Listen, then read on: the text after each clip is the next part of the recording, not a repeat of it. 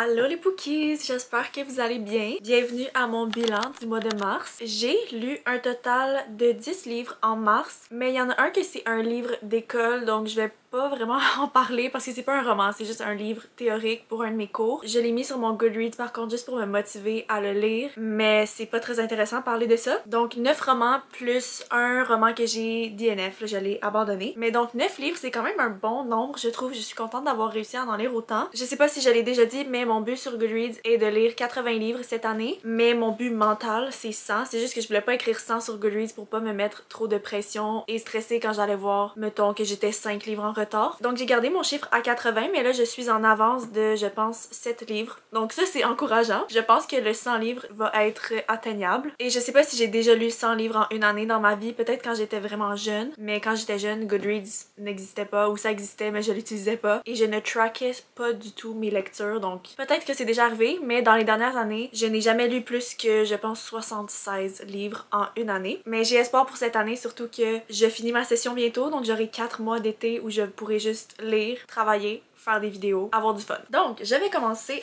en ordre chronologique. Le premier livre que j'ai lu en mars, c'est The Serpent and the Wings of Night, que j'ai lu pendant ma semaine de relâche. C'est une romantasy, c'est l'histoire d'une fille qui va participer à une compétition où il y a seulement un gagnant à la fin et il y a des gens qui meurent, un peu comme Hunger Games. Et c'est la déesse de la mort qui s'occupe de cette compétition-là, ce tournoi-là. Puis la personne qui gagne reçoit un cadeau de la déesse elle-même. Donc la déesse va exaucer le souhait qu'ils ont. La fille, c'est une humaine qui a été adoptée par le roi vampire et elle a une romance avec un vampire qui fait aussi partie de la compétition et ils vont devenir alliés. Et wow, la romance, c'était un parfait slow burn. J'ai vraiment adoré. Moi, j'aime pas ça quand ça va trop vite, mais ça, je trouvais que c'était un rythme parfait pour le développement de leur relation. Autre que la romance, l'histoire était vraiment bonne. C'était plein d'action. Le concept était vraiment intéressant. C'était divertissant. J'ai adoré comment c'était écrit aussi. Autre que la relation entre les deux personnages principaux, je trouvais que toutes les relations en général étaient bien développées. Comme le vampire, il y a une meilleure amie, j'aimais leur relation à eux. La relation entre la fille et son père était vraiment intéressante aussi, leur dynamique. Et aussi, j'adore qu'il y a des vampires. Les livres de fantasy, j'adore quand c'est avec des vampires. Je pense que c'est mes créatures surnaturelles préférées. Et je m'étais vraiment ennuyée de lire de la romantasy. C'était mon premier de l'année parce que j'avais pas mal juste lu de la romance à date et quelques thrillers, je pense. Mais là, on dirait que ça m'a replongée dans cet univers. Je veux en lire plein d'autres. J'ai vraiment hâte de lire le tome 2 aussi parce que ça, c'est une duologie techniquement qui fait partie d'une série avec des histoires qui se passent dans le même monde, mais l'histoire de cette fille-là, c'est une duologie. Donc bref, j'ai vraiment adoré. J'ai donné 4.5 étoiles. Ensuite, j'ai lu The X-Files de Jessica Joyce. Je l'ai lu dans une vidéo YouTube, donc si vous voulez aller voir le vlog, il est disponible. C'est le livre qu'on lisait pour mon club de lecture. C'est une romance second chance entre deux personnages qui étaient meilleurs amis. Ils sont devenus amis parce qu'ils ont un ami en commun, donc c'est un petit trio, et ils se sont mis en couple quelques années après avoir été amis, mais ils se sont laissés et 5 ans plus tard, ils vont être forcés à passer beaucoup de temps ensemble parce que leur meilleur ami va se marier. J'ai vraiment beaucoup aimé ce livre-là aussi. J'ai aimé le petit côté Friends to Lovers mélangé avec du second chance. J'ai aimé la proximité forcée parce que, comme j'ai dit, ils vont passer beaucoup de temps ensemble pour le mariage parce que les deux vont aider leur ami à préparer le mariage. D'ailleurs, j'ai vraiment aimé leur meilleur ami aussi. Et la romance, j'ai vraiment aimé, il y avait de la tension. J'ai aimé comment le gars a travaillé sur lui pour être un meilleur chum, boyfriend pour la fille. Honnêtement, belle découverte cette autrice. J'ai hâte de lire son autre livre qui s'appelle You With A View parce que c'était vraiment très bon. J'ai donné 4 étoiles et si vous avez aimé Happy Place, je pense que vous pourriez aimer ce livre-là aussi. Ensuite, le livre que j'ai DNF, c'est Forever Never. Dans cette même vidéo, je l'avais commencé, mais je l'avais arrêté parce que je le filais pas. C'est le premier livre de Lucy Score que j'essayais. Visiblement, ça n'a pas été fructueux, mais c'est une romance avec une fille qui va revenir dans le small town où elle habitait quand elle était jeune. Elle va revenir voir ses parents. Puis on dirait que c'est second chance, mais c'est pas trop clair s'ils ont déjà eu une relation ensemble avant ou non. Mais le gars, c'est le frère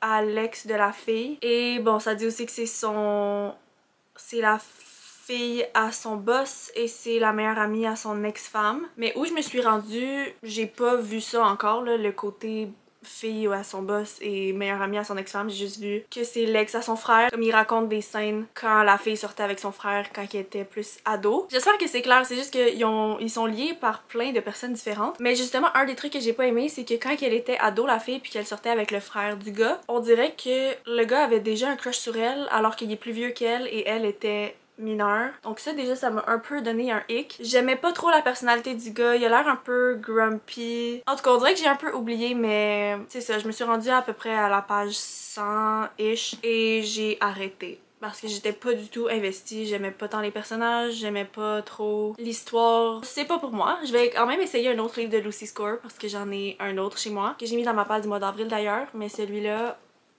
DNF, je pense que je vais le vendre. Ensuite de ça, j'ai lu All In de Jennifer Lynn Barnes. C'est le tome 3 de la série The Naturals. Cette série est très populaire. C'est une série jeune adulte avec 5 ados qui se font recruter par le FBI pour résoudre des cold cases. Je sais pas c'est quoi l'équivalent en français, mais résoudre des crimes qui n'ont pas été résolus. Et il y a aussi un triangle amoureux. Cette série, honnêtement, est très bonne. À date, je pense que le tome 1 reste mon préféré. J'avais donné 4.5 étoiles. Mais celui-là, je l'ai bien aimé aussi. J'ai aimé que ce soit dans un contexte différent parce que là dans le tome 3 ça se passe à Las Vegas dans des casinos. J'aime que plus on avance dans les livres plus ça devient un peu plus sérieux on va dire, ou pas nécessairement sérieux mais tu vois qu'il y a des cas qui s'entremêlent. Je veux pas trop en dire parce que je veux pas spoiler mais tout se joint on dirait. J'ai beaucoup aimé le côté plus fan family dans ce tome là aussi. On voit que les 5 ados ils se rapprochent. Je trouvais qu'on sentait plus leur lien ensemble dans le tome 3 versus les 2 autres tomes. La romance par contre m'a un peu déçue. Elle était moins intéressante je trouve dans ce tome là que dans les autres. C'était plus concentré sur l'intrigue, ce qui est correct, ce qui est bon aussi. C'est juste que moi j'adore la romance, donc ce point-là m'a un petit peu déçue. Mais voilà, overall, c'était une bonne lecture, c'est une très bonne série, j'ai hâte de la terminer. Il me reste juste le tome 4 avec le petit novella. Mais voilà, j'ai donné 4 étoiles à celui-là aussi. Ensuite, j'ai lu Play With Me de Becca Mack. Ça, c'est le tome 2 de la série Playing for Keeps. Le tome 1, c'est Consider Me, que j'ai lu dans ma première vidéo YouTube. Et si vous vous rappelez de cette vidéo, je n'ai pas tant aimé Consider Me. Je pense que j'avais donné 3 étoiles. Si vous savez pas, c'est une série de romances de hockey où on suit un couple différent dans chaque tome. Et on suit en fait un groupe d'amis. Donc dans le tome 1, c'est avec Carter et Olivia. Dans le tome 2, c'est Garrett et Jenny. Garrett et Carter, c'est des amis. Et Jenny, c'est la sœur à Carter. Donc ici, on a la trope Brother's Best Friend. Et c'est aussi un peu proximité forcée. En fait, c'est que les personnages vont être des voisins dans le même bloc appartement. Et je l'ai plus aimé que le tome 1, celui-là. Surtout parce que Garrett, je l'aime plus comme personnage masculin. Carter, dans le tome 1, c'est pas tant mon genre de personnage. Carter était un peu plus arrogant, fuckboy et très intense comme personne. Mais Garrett, je le trouvais trop cute. Surtout au début, il était un peu gêné parce qu'il était intimidé par Jenny. Donc, il était un peu awkward avec elle. Puis c'était drôle, c'était juste vraiment cute. Sinon, j'aime bien le côté found family de cette série. Que là, vu que je suis rendue au tome 2, je le sens plus. Puis je m'attache plus au personnage. Même si, comme j'ai dit, Carter, c'était pas mon préféré. J'aime bien le groupe d'amis. J'ai aimé le côté plus sérieux, plus deep aussi avec ce que Jenny a vécu. Honnêtement, je pensais pas que j'allais avoir le goût de pleurer en lisant ce livre-là. Sinon, bon, comme j'ai dit, c'est la trope Brother's Best Friend et j'aime toujours cette trope-là parce qu'il y a tout le côté relation secrète aussi. Et je trouve que ça a été bien fait dans ce livre. Un des trucs que j'ai moins aimé, c'est un peu comme le tome 1, je trouve que la relation s'est développée trop rapidement. Ou en tout cas, elle s'est développée physiquement trop rapidement parce qu'ils sont devenus friends with benefits. Et on sait déjà que j'aime pas tant cette trope. Et des fois, il y avait des trucs un peu cringe, mais c'était pas cringe au point que j'avais le goût de pitcher le livre au bout de mes bras, mais quand même un petit peu cringe par moment. Mais overall, c'était bon, c'était cute, c'était drôle, les personnages sont attachants. Donc j'ai donné 3.5 étoiles et j'ai très hâte de lire le tome 4 qui est avec Adam, qui est un personnage que j'aime beaucoup. Et j'ai appris que c'était une trope single mom, donc j'ai très hâte de lire ça. Un autre tome 2 que j'ai lu ensuite, c'est le tome 2 de la série Like Us, qui est Lovers Like Us de Krista et Becca Ritchie. Le tome 1, je l'ai lu en janvier ou février cette année et je l'avais beaucoup aimé. J'avais très hâte de commencer cette série qui est la série spin-off de Addicted / Calloway Sisters parce que c'est la série sur les enfants de ces personnages-là. Dans les 3 premiers tomes, c'est la relation de Maximoff et Farrell. Maximoff qui est une célébrité. C'est une célébrité à cause de ses parents. Et Farrell, c'est son bodyguard. Honnêtement, celui-là, je l'ai encore plus aimé que le tome 1. J'ai trouvé que tout tout était parfait. J'ai adoré l'histoire que les personnages s'en vont en tournée pour rencontrer leurs fans. Et là, bon, je peux pas trop en dire sans spoiler le tome 1, mais j'ai adoré voir la relation entre Maximoff et Pharaoh continuer à se développer. Ils sont trop cute, je trouve qu'ils sont parfaits l'un pour l'autre. Ils se complètent très bien. J'adore aussi la dynamique entre les bodyguards parce que je trouve qu'il y a un côté fan family avec eux aussi. J'adore voir comment ils interagissent ensemble, j'adore voir comment ils s'attachent à la famille qu'ils protègent. Et j'adore juste tout le côté célébrité aussi. Je trouve ça trop intéressant, trop intriguant ce monde-là. Donc je pense que c'est pour ça que celui-là c'est un de mes préférés parce que le côté qu'ils vont en tournée, je trouve ça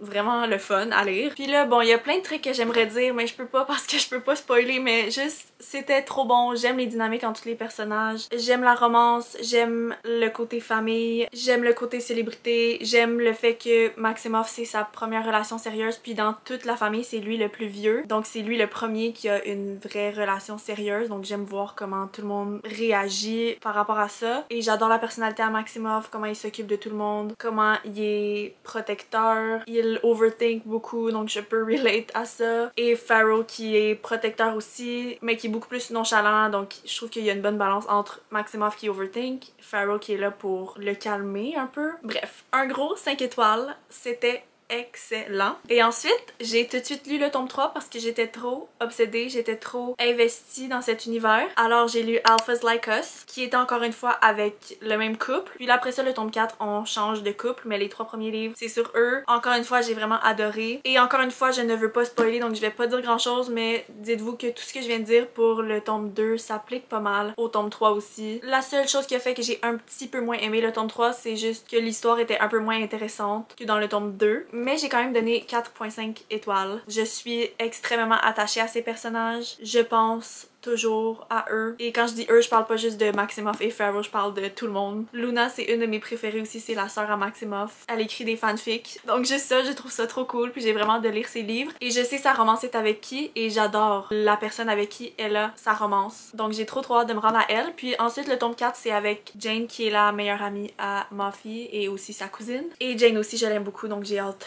de lire sa romance à elle. Mais j'ai pas lu le tome 4 tout de suite après parce que je l'avais pas, mais je l'ai commandé là sur Indigo. J'attends de recevoir ma commande. Mais donc après à la place, j'ai juste lu une petite romance qui s'appelle When Sparks Fly. Je l'ai choisie parce que j'aimais les tropes. C'est Friends to Lovers, c'est proximité forcée parce que les deux personnages c'est des colocs. Et c'est doublement proximité forcée parce que la fille va avoir un accident d'auto et le gars va s'occuper d'elle parce qu'elle a besoin de quelqu'un qui l'aide. Donc il va se proposer parce qu'il se sent mal vu que l'accident c'est un peu, ben c'est pas de sa faute mais un peu de sa faute. Donc le résumé, quand je dis ça comme ça a l'air bon, mais c'était pas très bon en fait. J'ai été très déçue. J'ai trouvé que la fille était un peu pick me, surtout au début, il y avait des commentaires par exemple qui disaient qu'elle était one of the boys, qu'elle met jamais de robe comme toutes les autres filles, blablabla. Bla bla. En plus, juste avant que je commence ce livre, il y a quelqu'un sur TikTok, quand j'ai fait mon haul avec ce livre-là, qui a dit qu'elle l'avait commencé et qu'elle trouvait que la fille était pick me, et je suis d'accord. Elle est quand même un peu pick me. Au moins c'était juste au début qu'il y avait des commentaires comme ça, je trouve. Mais sinon c'est ça, c'était pas complètement mauvais, mais la fin m'a un peu énervée, j'ai pas du tout aimé. C'était un peu ennuyant, j'avais juste hâte de le terminer. Une des seules scènes que j'ai vraiment aimé, c'est la première scène spicy qu'il y a eu. Ça j'ai aimé ça parce que je trouve que ça a été bien fait, c'était pas trop rushé. Le gars prenait son temps et il faisait attention avec la fille puis il demandait vraiment son consentement et tout. Donc ça j'ai vraiment aimé ça. Mais sinon, c'est un bon 2 étoiles sur 5, malheureusement, ce livre. Donc je le rajoute à ma pile de livres à vendre ou donner avec Forever Never parce que j'ai pas le goût de garder un livre que j'ai pas aimé, évidemment. L'avant-dernier livre que j'ai lu, c'est You Deserve Each Other de Sarah Huggle. Ça faisait quand même longtemps que je voulais lire ce livre-là et je suis très contente de l'avoir enfin lu. C'est la première fois que je lis une romance comme ça, c'est avec deux personnages qui sont déjà en couple, mais leur couple ne va pas bien, puis ils vont se marier bientôt. Et c'est la mère du gars qui s'occupe beaucoup du mariage, elle est vraiment intense. Et la fille va essayer de faire en sorte que le gars va la laisser elle parce qu'elle veut pas être celle qui va le laisser. Parce qu'elle sait que si elle le laisse, c'est elle qui va se ramasser avec toute la merde qui va venir avec ça. Donc il y a tout ce côté-là au début des deux personnages qui vont être les pires partenaires possibles, on dirait, puis ça rend ça vraiment drôle. J'ai vraiment aimé ce côté humoristique là. Et honnêtement, au début, j'étais pas sûre comment j'allais faire pour aimer le personnage masculin parce que c'est vrai qu'il était pas un très bon chum. Mais honnêtement, la faute est des deux côtés. Les deux étaient pas vraiment des bons partenaires. Et éventuellement, j'ai commencé à plus l'aimer aussi, le personnage masculin, quand il a commencé à plus faire des efforts et que la fille aussi s'est mise à faire plus d'efforts parce qu'ils voulaient vraiment sauver leur couple. Et c'était vraiment trop cute. J'ai adoré voir le développement de leur relation qui se reconstruit, les revoir retomber en amour. J'ai aimé comment les deux se rendaient service l'un et l'autre. Et j'ai aimé comment ils faisaient les deux attention côté affection physique parce que ça faisait des mois que ça allait pas bien dans leur couple et qu'il y avait aucune affection émotionnelle ni physique. Donc c'était un peu une adaptation de retomber dans ça, de redevenir un couple normal. Donc c'était un peu slow burn à cause de ça, puis j'ai vraiment aimé. Et c'était mon 3e livre de Sarah Ogle, donc ça confirme que j'aime vraiment ces livres. J'adore comment elle l'écrit. Je trouve que c'est vraiment relatable. Puis il y a un petit côté humoristique que j'aime à son écriture. Je trouve que c'est réaliste. Ça se lit bien, l'histoire est bonne, les personnages je les aime, les romances sont bien développées. J'adore et j'ai donné 4.5 étoiles à celui-là. Et finalement, le dernier livre que j'ai lu, que j'ai terminé le dernier jour du mois de mars, c'est On the Run with a Vampire. C'est un livre que j'ai lu sur ma Kindle, que j'ai commencé parce que j'ai eu une panne d'électricité chez moi, donc j'ai décidé de lire sur ma Kindle dans le noir. Et j'ai choisi celui-là parce que je l'avais vu sur TikTok récemment et ça avait l'air bon. Comme j'ai dit, j'aime ça, les vampires. C'est l'histoire d'une fille qui a un problème de cœur et à cause de ça, le gars qui est un vampire va penser qu'elle aussi elle est un vampire parce qu'il va pas entendre son cœur battre comme un humain normal, donc il va assumer qu'elle est un vampire aussi. Et là, il va arriver plein de choses qui vont faire en sorte que la fille va être obligée de s'enfuir avec lui parce que les deux vont être présumés d'être les criminels des meurtres qui se sont passés récemment. Puis aussi il y a 2 personnes qui font partie d'un groupe de gens qui veulent tuer les créatures surnaturelles, genre les vampires, les loups-garous, les sorcières et tout. Ces 2 personnes-là aussi sont à la poursuite du gars. Bref, donc ils vont être on the run, on comprend le titre. Alors, proximité forcée, j'aime toujours ça. J'ai aimé le concept, j'ai trouvé ça original, l'idée de la fille qui a un problème de cœur. J'ai aimé le personnage masculin aussi, j'aimais comment il parlait. Je pense que c'est ça un des trucs que j'aime des vampires, c'est que souvent ils sont vieux. Comme dans ce livre-là, il a je pense 140 ans environ. Donc vu qu'ils sont plus vieux, ils parlent bien et j'adore ça. J'adorais qu'il l'appelait par son nom de famille comme Miss Hartley à la place de l'appeler par son prénom. J'aime aussi qu'il a les cheveux blonds, random, mais j'adore